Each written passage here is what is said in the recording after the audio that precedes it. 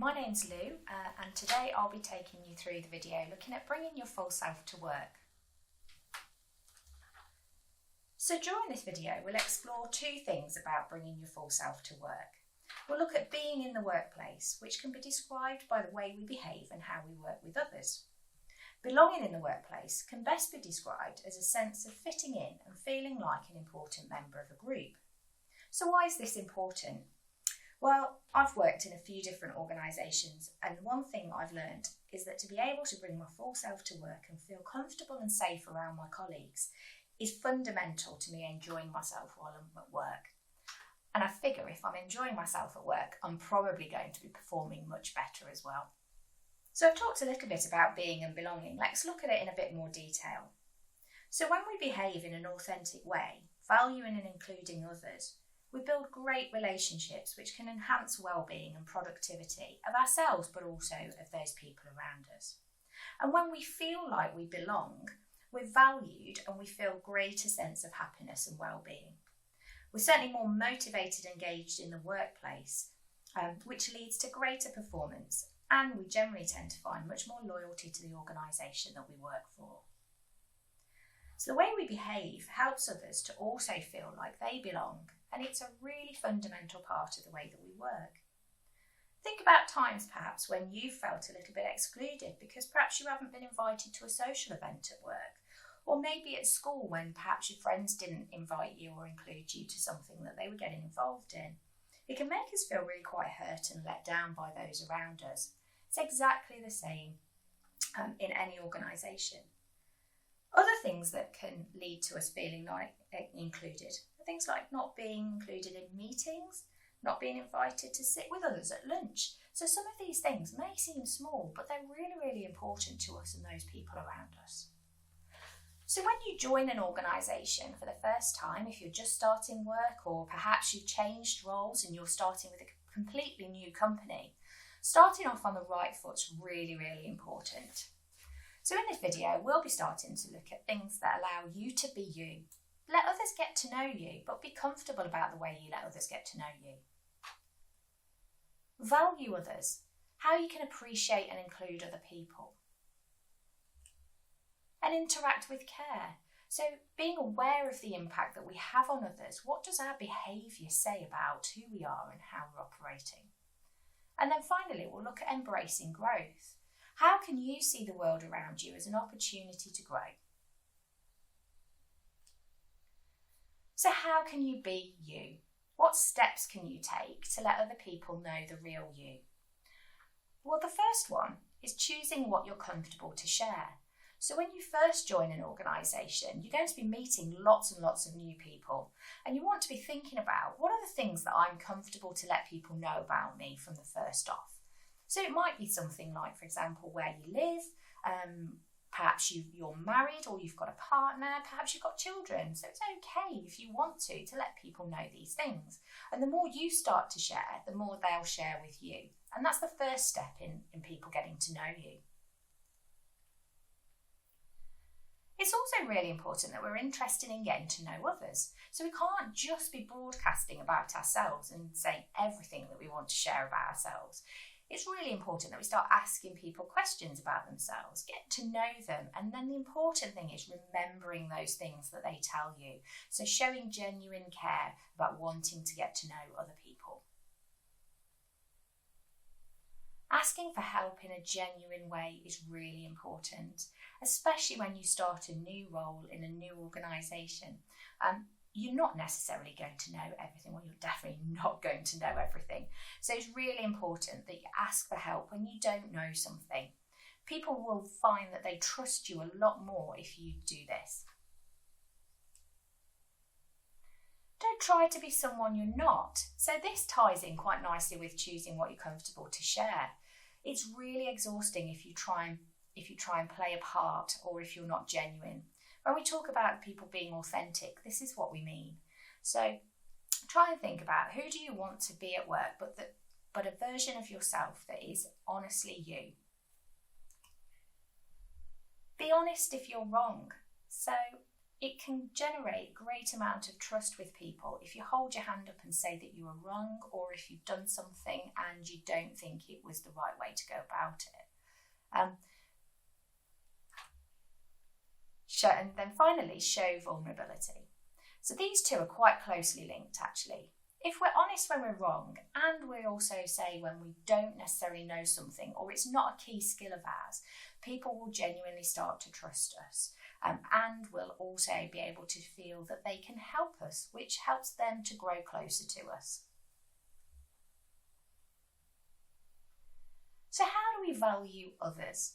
So we've talked a little bit about you being you, but the next step is to think about other people around you. Recognising the differences between different groups, respecting those differences, can go a long way to people feeling like they belong. And we couldn't really talk about recognising, respecting and belonging and valuing others without talking about diversity and inclusion, because this is essentially what we're talking about. Diversity and inclusion, you may have heard a lot about it already. It's about recognising what makes groups or people different from one another and respecting and appreciating those differences. Some of the different categories people may recognise when we talk about diversity are things like social, so someone's ethnicity, their age, their gender, or their sexual orientation or religion. We also talk about knowledge and skills when we're talking about diversity. This is the education that somebody has, perhaps any training that they've been on, and any experience and abilities that they have above and beyond other people. It's also values and beliefs, so people's cultural backgrounds, their religious beliefs or their political affiliation, all of these things make up somebody's personality and preferences. Social belonging, friendship groups, community groups and memberships. Have you ever thought about a sporting club that you might belong to? That can be a real trait of somebody around how they socially belong. What groups do they interact with? So diversity and inclusion means we're seeking to include people and not exclude them on any of those grounds that I've just talked about. It's about making it easy for people to belong. And however, we may unintentionally exclude people. So let's have a look at that now so we know how to avoid it in the future. So what happens when it goes wrong then? We all make connections quickly. It's the way our brain is programmed. It helps us to react quickly, make decisions, and generally keeps us safe from harm. However, along with those connections come judgments that can lead to negative behaviours towards others. Other groups can have biases against them. You might be able to share a personal one yourself or think about that. So say for example, I'm a single mum, I've got 2 children. People might have biases against single mums that aren't always what I would imagine people might think about me. So let's take a look at some biases now. What do you think of when you see this picture? Hopefully you're thinking threat, and you're thinking that this is something that poses a danger to me. And you'd be absolutely right. You'd be wanting to preserve your safety if this was looking at you right now. That's a positive bias. But what about this? What do you think when you look at this picture? Do you think that perhaps this lady is a nurse? Well, we could be wrong. She might be a doctor. But traditionally speaking, a lot of females were nurses. But that's not necessarily the truth right now. And then finally, what do you think of when you look at this picture?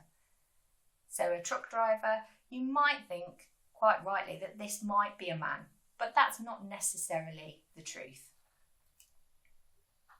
These are just some simple biases that we came up with to get you thinking about the fact that our brain likes to have all of these little connections. So we might think that when we look at a lion, yes, absolutely, it's a threat. And I would imagine 100% of the time it is. But when we look at other groups of people, we might make these judgments about them that aren't actually correct. But it could be based on our experiences in the past, or just simply the fact that that's how it's always been. So how do we challenge our bias? So what I want you to start to think about now is some of these questions. What common characteristics do your friends share?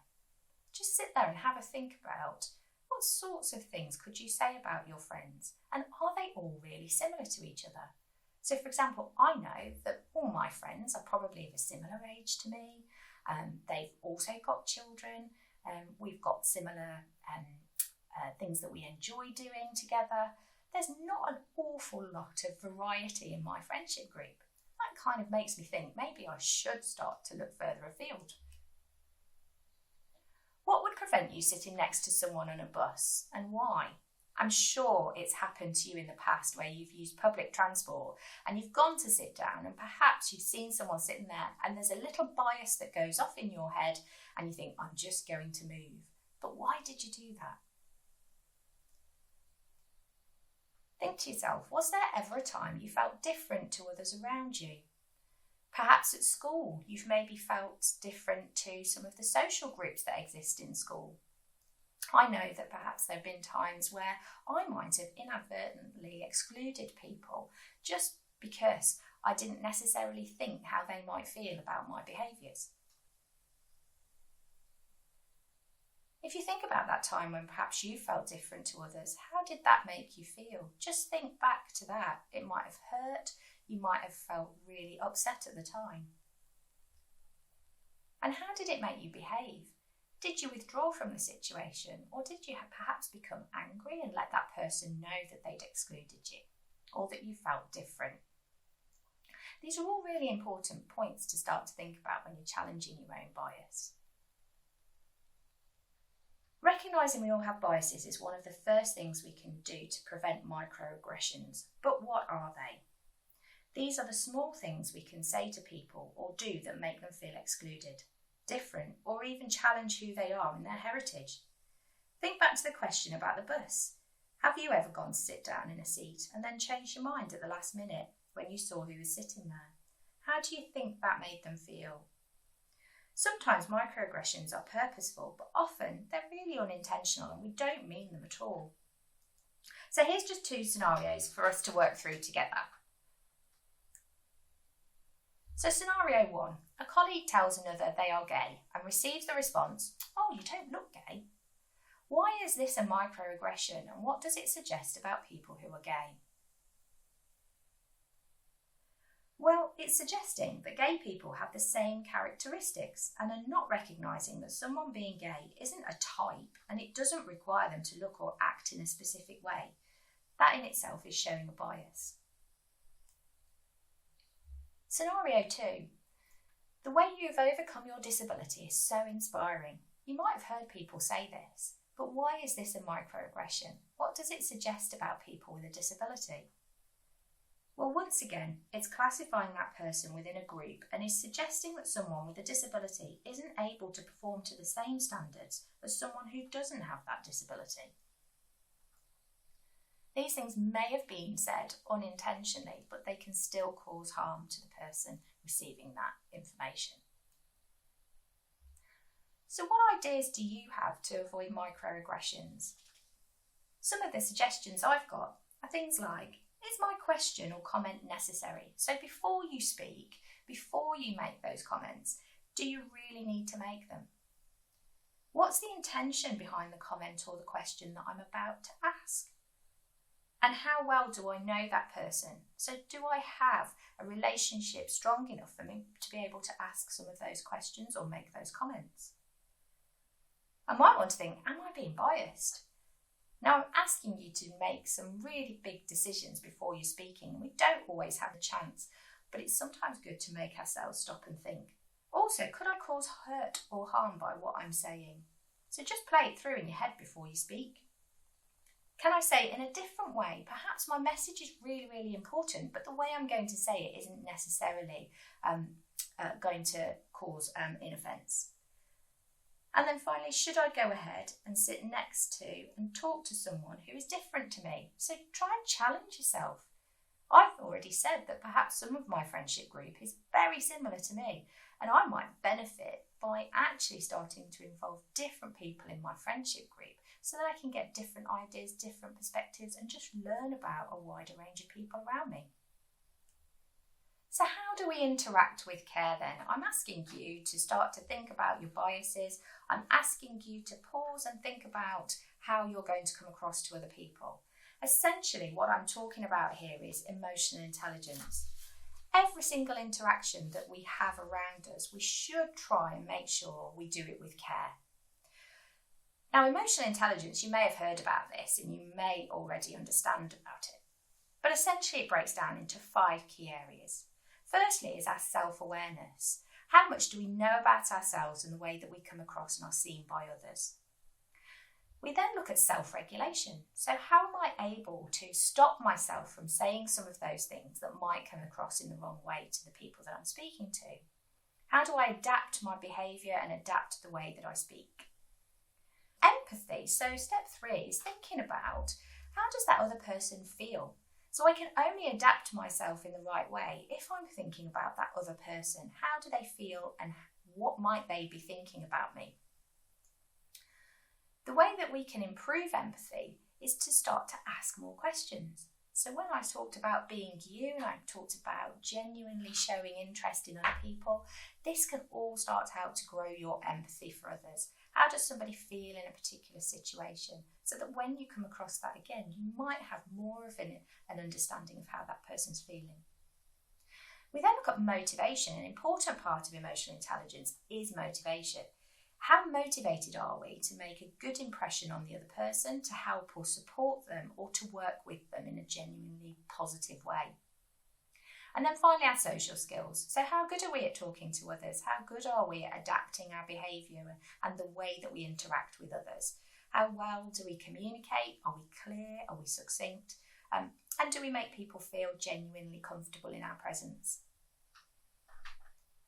Now, what does somebody look like who has high levels of emotional intelligence? You've probably seen people around you that you think, wow, they're really, really positive. They speak really well, and they also seem to genuinely care about people. Those are the sorts of people that have got high emotional intelligence. They generally tend to have a positive outlook on life. They talk about how they feel. So when a situation can be challenging, for example, they'll talk about how that situation made them feel, not just about the situation itself. They'll deal with conflict calmly, so they'll listen to both sides of a story. They'll be curious about other people and what they're going through, which is the empathy part of emotional intelligence. They forgive, but they don't forget. So they will forgive quickly. But if you were to do the same thing over and over again to someone with high levels of emotional intelligence, they might actually start to break away from that relationship after a while. High sense of self-worth. So they understand the value of what they deliver and they're proud of what they deliver. And then finally, they have a strong sense of what makes them happy and they have fun. So they're usually pretty cool people to be around. So how do we improve our interactions then? How do we develop this emotional intelligence? Well, one of the first things we have to do is understand our emotions and our triggers. We have to be self-aware about how we're feeling and how we're likely to react to somebody or something. By exploring our emotions and what triggered those emotions, we can start to understand if that happens again, we might be able to have something in place that stops us from interacting in the wrong way. Developing self-regulation is important. By exploring past situations, we can identify triggers and try to find new ways to respond. So try to look for ways you can change the outcome. So for example, if you got angry when people constantly late to meetings, try reframing it and start to think about, well, why were those people constantly late? Perhaps I was setting the meeting time at a time that they couldn't make. For example, if it's really early in the morning, some people perhaps have childcare that they have to sort out. They have to take children to school or to nursery, and they just can't make the time that you're setting the meeting. So instead of responding in an emotional way, perhaps asking questions about the intention of others can help you to see a different way forward. Work on your empathy. People won't always tell you what's wrong. Sometimes you'll have to look for clues that they're feeling in a particular way. What do they say or not say? How do they look? Are they happy or are they distressed?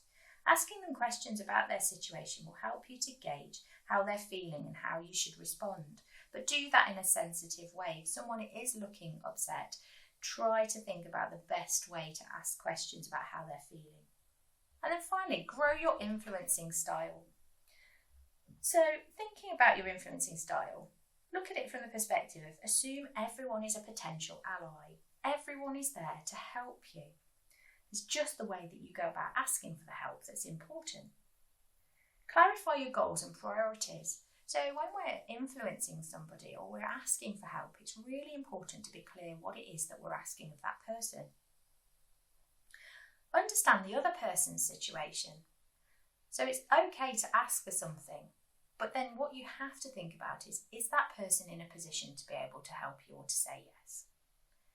And then finally, identify what matters to both you and them. So you understand what it is that you're asking for, you've sought to understand their positions, therefore you understand what's important to them. And you can try and get to a win-win situation where you both achieve the outcome that you're looking for. So I'd like to thank you for watching the video today. I hope that you found it useful. And by all means, please go on the app and have a look to see if there are any more interesting videos that you'd like to take a look at.